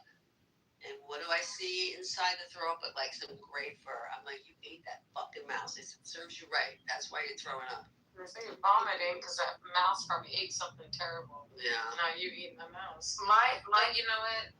I think it's this nice little gift that they try to bring you, and you weren't there for it. They're so proud. They're so proud. My dog brought a full bunny into. I was like sitting on the floor of my bedroom, and he's a lab, so he's totally like chases bunnies all the time. And he finally like had victory and got a bunny. But the bunny, there was no blood. The bunny's eyes were wide open. The bunny had It was a gentle gnaw. Well, no, the bunny had a heart attack. The bunnies, because bunnies die of heart attacks, like of shock. Get anxiety, right? Right, anxiety. So I didn't believe my dog. He's a chihuahua. Never killed anything. Nothing. This cat he's brought mice before. It's been a while. So I thought he had stopped, but apparently he didn't find it. I feel bad because my Chinese You support abortions, you support legal women invaders, you hate Trump. Why vote for you? Just 2 weeks before the holidays last year, the Department of Education abruptly discontinued 2 vital federal grants sustaining. Used to kill squirrels, and I'd walk out in the Hello? morning in high school and see a decapitated squirrel. Oh no! That squirrel probably deserved it. I actually hate squirrels. I love squirrels. Now, Illinois. You never see them. Oh, this bird outside of the big bird. So, Alan, do you have squirrels where you are? I have no squirrels where I am. We have black squirrels. Do you have squirrels? This was badges. In Boston, right? Yeah. But you don't have them now. Do you have Boston? He's from Boston. Do you have squirrels where you are now? In California, yeah. They get to California, they got across the country, but they bypassed Nevada. It's too hot. They're like, fuck this. They went along with Lewis and Clark. That's what happened. They just kept going. They had a little backpack and they said, fuck it, let's go right past this. There's a bigger joke in there somewhere. Shut your ass up, Alan. Ain't no joke better than the ones we told. Oh, I'm sorry. Yes, only a bit. And I'm part of this lizard. I always do this. They're very nice. And that drink, and there was one that last year that was here for like a weekend. When I dripped the water, she would go right into it. Oh yeah, you're not trying to kill me. You're getting rid of water. Hope this gets stuck in the spider webs back here though. There's a squirrel. Huh? There's a squirrel here with a purple tail that's trying to kill me. Oh, he's not trying to kill you. Yes, he's trying to kill me. Stop that. Every fucking time I try to walk by it, I know the purple tail every fucking time. It runs past me to the point where, like, it's always in front of, like, a step. It runs in front of me in front of a step. And so I'm like, now, like, jumble my steps, bro. It's trying to kill me. Just checking. I don't like squirrels. Zero. I fucking can't stand the squirrel. Let's just start saying nice things about squirrels. It's because I live in the neighborhood and it's these fucking gay ass girls. You're a gay squirrel. They hate me because I'm straight. They call me fish and they fucking distort me.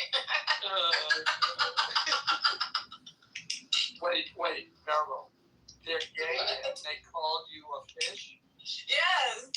Some of them are trans, I think. The purple one's gotta be trans. Yeah, you know, that is the first time in 40 years that I've heard. That was a term I heard back east. that gay men refer to women as fish. I've never heard it repeated until now. Now it's coming back, baby. I just know it's alive and well. Be nice to the gay squirrel. I'm trying to be, but it wants me dead.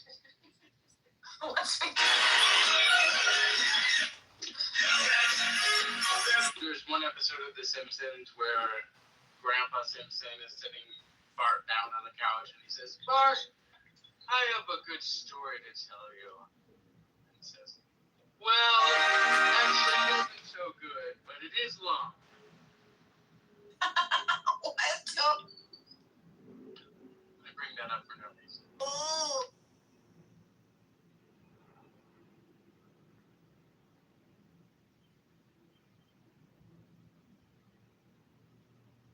Then the parade is tomorrow. The next parade is tomorrow. That's gonna be exciting shit. Oh, okay. Was it down Fifth? Where are they doing it? Down Fifth? They're doing it. Yeah, it's gonna be down the Bowery up to. It's gonna be a cute little like 12 blocks. The Bowery to City Hall. Isn't that crazy? That's so weird. Why there? Because nobody goes to FIDI anymore. No one goes to the Bowery anymore. No one goes there. That's and it's really gonna end. weird. It's gonna end at City Hall because that's where we're gonna. Well, Mayor Mamdani's gonna be giving the keys to the city to the NBA players. I thought it should have happened around MSG, but up to like at least 59th Street or whatever. Right, or down Broadway. Well, I mean, why wouldn't they end at MSG and like have everyone gather in there or like? All right, something. World Cup. The World Cup, that's why. Oh yeah, the World Cup. We're all having a World Cup here. All the Scots from Boston are visiting too because they just want to. Maybe people uptown doesn't realize that crowd gets rowdy. They don't want that around. Maybe. When we had the one for the Eagles in Philly, it went down Broad Street, which is like where the Mummers March, and then it went around City Hall, if you know Philly at all, and to the Art Museum, you know, where Rocky ran up the steps. Yes. And then they did like speeches and stuff from the steps to the Art Museum, which is like the natural parade route. French tips. So most of the city can see it. So that's crazy. It's like hidden in New York down there. It seems like it's not even going that far, but I don't know. Well, it's not. Things remain to be seen. The Bowery to City Hall is like a 15-minute walk. Right. But it's just, I don't know what to expect. I'm gonna be complete. They want it to be, what does that call it? A ticket? Where they're gonna throw a ticket tab. Do you know what I'm talking about? Ticket tab throwing? Like back in the Ticket tape. Ticket tape. Ticket tape. Yeah. Thank you. Ticket tape. Ticket tape. They're gonna do a ticket tape parade. Ticket tape It can parade. only last a certain Ticker amount. tape. Ticker tape. Yes. For the Okay. accountants back in the day, right? Yeah, ticker tape. So it's gonna be a ticker tape parade. So it can only last a few blocks, anyways. Because if not, it's gonna be just terrible. So they have sanitation on board. They have all sorts of volunteers to clean up afterwards too. So it can't be that long. When's the last time they did a ticker tape Voodoo Raja. parade? That's a really wild thought. That's a good question. Actually, I did hear it's been a while. When is the last time NYC did? Like they had it at the end of the war. March World War 7th, II. 2008. 2018? No, I just. Oh, you make that up. I mean, I'm thinking of like Kennedy in a ticker tape 1970, parade. 1973, when the Knicks won the championship. It was the last ticker tape. Wow. So they're gonna do it again because the Knicks won again. Wow, I like that. Oh my God, that's good. Okay, I still don't understand what An acid attack in ticker tape parade. Now let's throw paper. It's Paper. So back in the day when accountants used to do No a budget. lot of small receipts that didn't mean anything at the end of during a parade, since accountants were usually in these really tall buildings, they would throw whatever paper they had out the window for celebration. That became like a thing called ticker tape parade. That's kind of close. I mean, I just gave you the gist of it. It's fucking long ass thing. I'm not gonna go into a long ass thing either. Ticker tape is what you used to have. As they had when you had the stock market, everybody had a ticker machine, and the ticker machine would run out a tape and would have all of the stocks on it. That's how they got the stock reports before we had the internets. And they had a lot of paper around, and they had all those torn up ticker tapes, and they'd throw them out the window. Which is the elongated way to say what I just said. Yeah. Thank you. No, it's not, Vero. You're being. Yes, it is. The only difference with stockbrokers and accountants. That's the only difference between what Did you're. they tend to have those Thank parades you. near Wall Street? The Thank you. historical context of why it made sense. Well, I gave you the gist of it. He just said the same thing I said, but a little more, Well, three a words. little more accurate, like it was from the stock I mean, a market, little not more from the times. detailed. I was still accurate. Can you keep telling yourself that? I mean, I was still accurate. She painted the picture. There was extra tape that they threw out the windows. Thank you. Yeah. That's it. They just had extra tapes, accountants. Until Joe explained it. What do you mean it didn't make sense? It Wouldn't still makes those sense. parades have been down in the financial district and like Wall Street area, based on what if it came out of the stock tickers, and not uptown? Just saying. But a lot of people have Right, a lot of but people in the market. traditionally, Accountants. But definitely Wall Street would have more of it. Parade was for the dedication of the Statue of Liberty. So where did that happen? okay, that would have been down in the financial area. There you go. Well, Battery Okay. Park, yeah. Why do I kind of remember one? Did they do one for like astronauts or like something in New York, like not non-sports? Yeah, when the first two astronauts went up and landed safely, I think they had one. Who was the first one? Not Glenn. Buzz Neil Armstrong. No, that's the Buzz Aldrin, but Buzz. No, I'm talking about the Mercury program. Alan Shepard. So when he came back, I think he got an invitation. But then Gus Grissom, he was the second. He didn't get one. No, he wasn't the second. I forget. But by the time he came back, there were no. Derisive. Is Smithers on The Simpsons your favorite character? I asked that for no particular reason. Sniffles. Do you remember Smithers when Lisa was helping Smithers with something on his computer, and then Lisa opened his computer, and the first image that pops up is an image of Mr. Burns dancing, and it says, "Hey Smithers, you really turned me on." Oh yeah. Yeah. Or he has the fantasy that Mr. Burns is Marilyn Monroe singing "Happy Birthday to You."